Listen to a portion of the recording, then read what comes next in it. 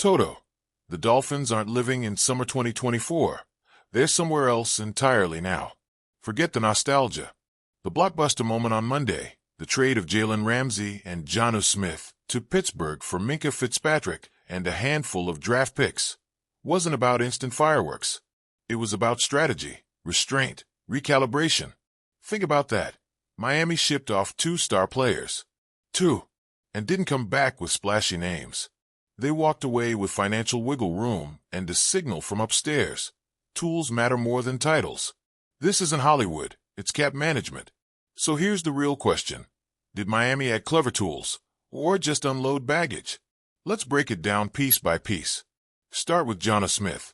Guy breaks Miami's TE record in catches, yards, TDs, all while defenses double-teamed Hill and Waddle.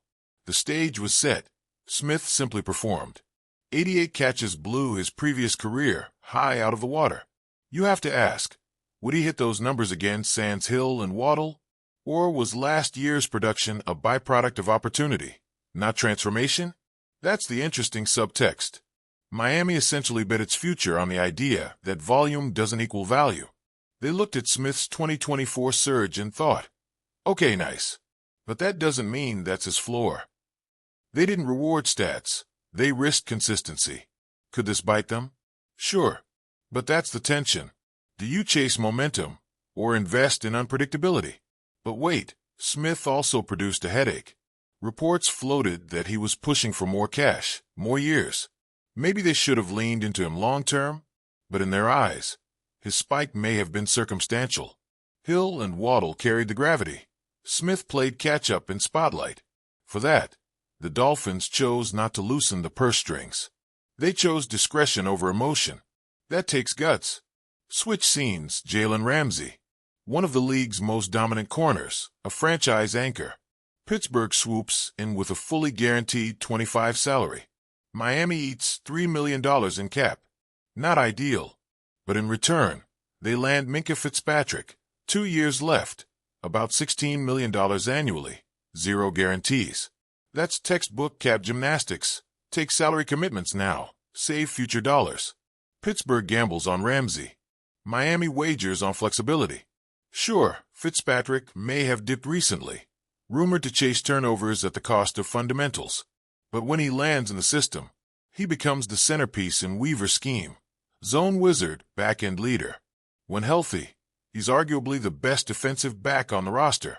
And call me crazy, but extra flexibility in the secondary feels smarter than doubling down on one villain.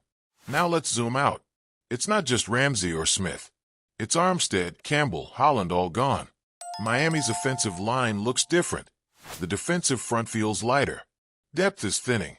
Yes, they still have talent. Tagovailoa, Hill, Waddle, Robinson, Grant Paul. But the margin for error? Snapping thinner and thinner. Consider this. Bill Parcells once said, potential means nothing until it happens. Miami's banking on youth and upside. Hill, Connor. Overproven veteran safety nets. That's bold. That's a gamble. That's the kind of move that either pays off huge or leaves you asking why you sold into noise. And what about the playoffs? Last season they flirted, but there were clear flaws, especially depth issues. This year, it's still winnable, but windows narrower. A couple injuries or breakdowns, and the dream drifts away. The question becomes, are they risking a season for future currency? But here's the emotional core. Change hurts. Fans loved Ramsey swaggering across the field. Smith hauling in clutch catches. The summer of big money signings in 2023 fueled dreams. Now that wind shifted. Miami's voice is quieter, more measured, cap-conscious. People talk transition. That's code for we're resetting while trying not to admit rebuild. And there's a storyline forming. Only 5 players on the books with guaranteed 2026 money. Tua, Waddle, Chop Robinson, Kenneth Grant, Patrick Paul. Maybe Jonas Savaiania joins the list soon. That's not a roster that says go now. It whispers, build quietly, then pounce. Is this disciplined? Hell yes. Smart? Maybe. But lacking heart?